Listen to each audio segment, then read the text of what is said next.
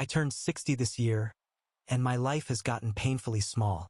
Same one-bedroom flat, same park bench in the mornings, same supermarket where the cashiers know exactly how many cans of beer I'll buy on Fridays.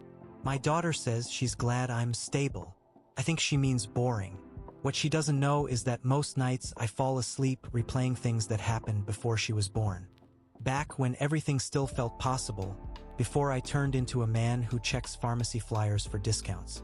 There was a time when my whole world was a skinny boy named Tomasz. We grew up 2 floors apart, shared a Walkman, homework answers, first cigarettes, first crushes. If I wasn't with him, people asked where he was. We were that kind of pair.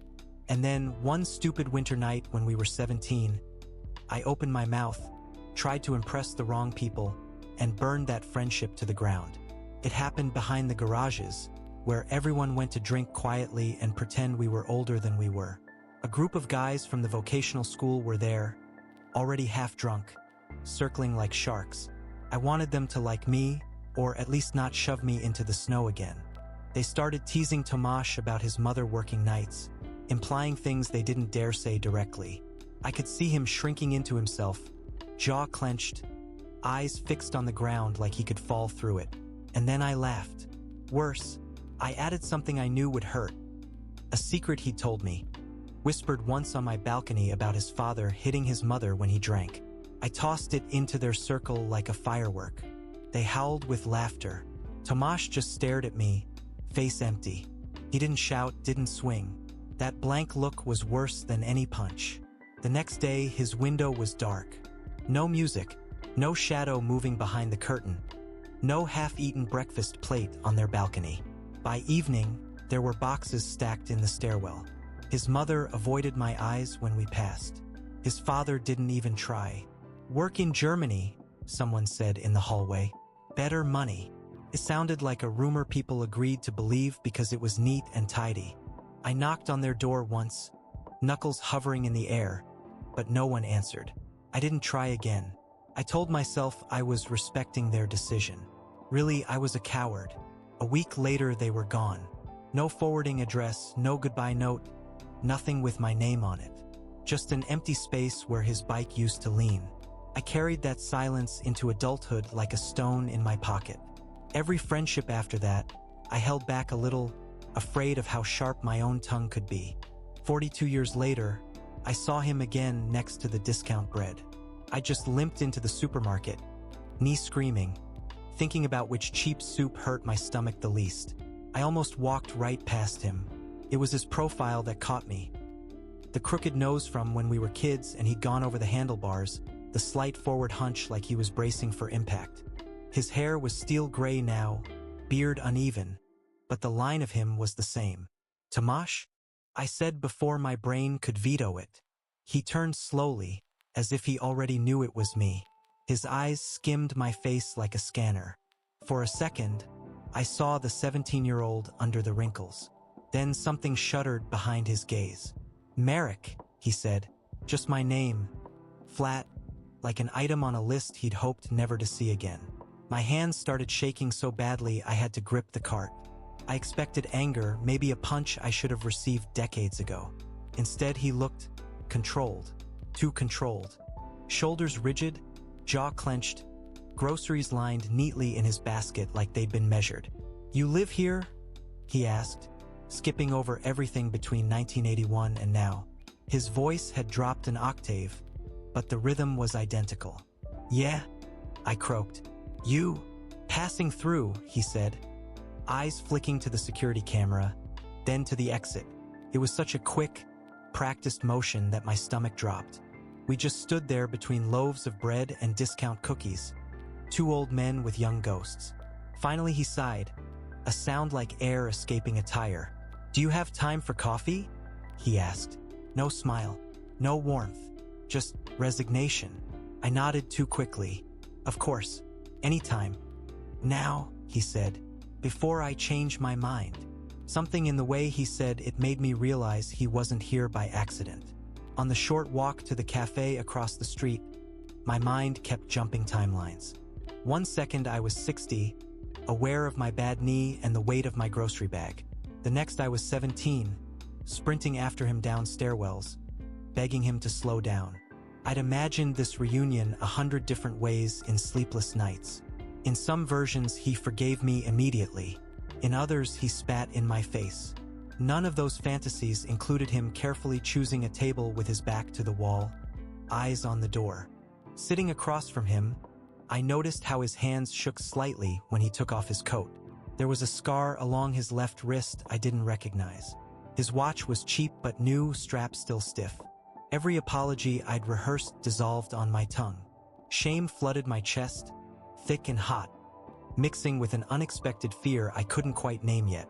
We stared at our coffees like they might answer for us. Outside, people rushed past under gray clouds, unconcerned that my entire past had just sat down across from me. I should start, I said finally, voice rough. Back then don't, he cut in. Not harsh, just tired. You've spent 40 years imagining that night from your side. Let me say something first. I swallowed hard. Okay. He studied me for a long beat. Do you still think I left because of what you said? My face burned. Yes. I assumed you couldn't stand to see me again. His mouth twisted. Not quite a smile. That would have been simpler. He leaned forward a little, lowering his voice. Merrick, what you did was cruel. I'm not going to pretend otherwise. But it wasn't the reason we moved that week. I blinked. Then why? He glanced toward the window, eyes briefly unfocused, like he was watching a different winter entirely. Those guys behind the garages? He said quietly. The ones you were trying to impress? They didn't laugh and go home after you left. My stomach tightened. What do you mean? They cornered me, he continued. Asked how much I'd told you about their little side business. Smuggling car parts, radios, whatever they could move. Said if I'd been talking, I'd better hope my electrician friend's father didn't suddenly have an accident. I felt cold creep into my bones. My father, with his under-the-table repair jobs, his muttered warnings about people you don't cross. They thought your father had skimmed something, Tomasz said. A modified transmitter. Said I was the weak link. Then you opened your mouth that night and proved it. I stared at him, horrified. They gave me a choice, he said. Disappear quietly with my family, cut you off completely, or watch them teach your old man a lesson and bury you as a warning. I felt like the floor had tilted under our table.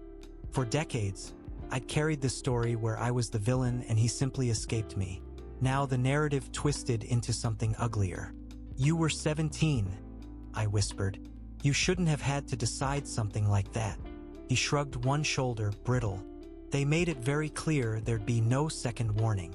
I thought of my father's stubbornness, the way he'd spit on the floor when anyone mentioned those garage boys.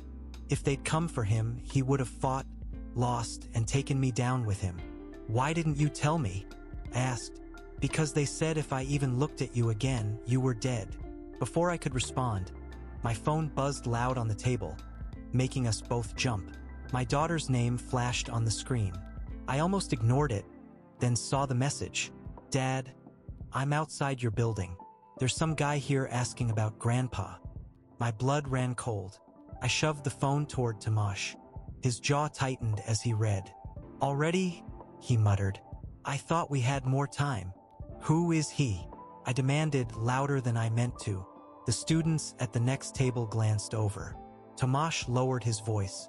Probably one of theirs. Younger generation. Cleaning up old business. So this is still happening? My chest felt like it was shrinking. After all these years? He met my eyes. Something like anger finally surfacing. You think I stayed away because I didn't care? I stayed away so they wouldn't use you to get to me, or to whatever they believed your father left behind. My shame flared into something hotter. You made that decision for me, I snapped. You vanished. Let me choke on what I did. Never gave me a chance to know any of this. His expression hardened. You're right. I chose for both of us, and I'd do it again. He leaned back, shoulders dropping as if he'd finally decided there was no point holding anything back. After we moved, one of them followed us, he said. Not a thug. A man in a leather coat who smelled like expensive cologne and cheap vodka. He'd show up outside my school, outside the factory where my father worked nights, reminding me I had a debt. He looked older in that moment than 60 should look. They wanted me to help track your father's work, Tomasz continued. Schematics, names, anything. I fed them scraps, kept them just satisfied enough while I tried to push my parents further away. Then one day your father, he hesitated, died.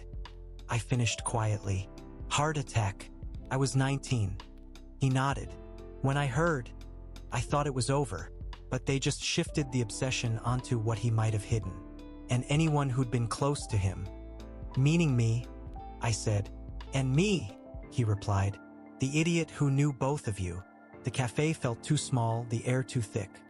Half of me wanted to run home and drag my daughter away from that stranger. The other half wanted to stay and force every last detail out of Tomasz. I hated you, I admitted suddenly. For a long time, I thought you decided I wasn't worth the effort. I know, he said. That was the price. I drank too much, pushed people away, ruined my marriage because I never trusted myself again. I went on. My voice shook. One cruel moment and you disappeared. I decided that's who I really was. Something in his face crumpled. He reached across the table, hesitated, then put his hand over mine. His skin was rough, warm, unfamiliar, and also exactly right. You were a stupid kid trying to be brave in front of wolves, he said. If anyone was cruel, it was them. I just calculated badly. I pulled my hand back only to unlock my phone. My daughter had sent another message. He says he knew Grandpa from the old garage jobs. Should I tell him anything? No, I typed with shaking fingers. Stay inside. I'm coming. I looked up at Tomasz. You're coming with me, I said. Not a question. He studied my face, then nodded once. If they found you, I might as well stop hiding. On the walk back to my building, the air felt sharper, every sound magnified. We were two old men trudging through slush, but inside I felt 17 again, adrenaline buzzing. At the entrance, Tomasz stopped. Before we go up, he said, I need to ask. After this, if it gets ugly, do you still want me in your life? I didn't hesitate. I wanted you in my life every year you were gone. The man waiting in the stairwell was younger than I expected. Maybe mid-30s. Leather jacket, polite smile that didn't reach his eyes. He introduced himself only as Kamil, said he was researching some old equipment my father had worked on. The moment he saw Tomasz behind me, the smile slipped. Just a hair, but enough. We're done with that story, Tomasz said calmly. Whatever you think he has, he doesn't. Whatever you think I know, I've already told people who actually care about the law. There was a pause that stretched too long. Then Kamil shrugged, gave me a card just in case, and left with that slow, confident walk of men who aren't used to hearing no. My daughter watched from the door, eyes wide. I introduced Tomasz as an old friend. The words felt too small. That night, instead of drinking, I sat with Tomasz at my kitchen table, spreading out old photos like maps back to who we'd been. Now, weeks later, the threat hasn't completely vanished, but it's diffused. Tomasz filed a report, talked to people he trusts. My daughter knows more than I ever planned to tell her. She made me promise to call her at the first sign of anything strange. What surprises me most isn't the danger. It's the relief. For 42 years, I carried a story where I was the villain and he was my victim. The truth is Messier. We were kids caught between grown men's secrets, both punished for wanting to belong. I don't get those long, punishing nights replaying the garage scene anymore. When it comes back, I see it differently. Tomasz choosing to walk away so I'd live long enough to be an old fool on a forum, typing this. If you're carrying guilt from something stupid you did as a kid, hear this from a 60-year-old. Reach out. Apologize. Ask. The story you've been punishing yourself with might not be the whole truth.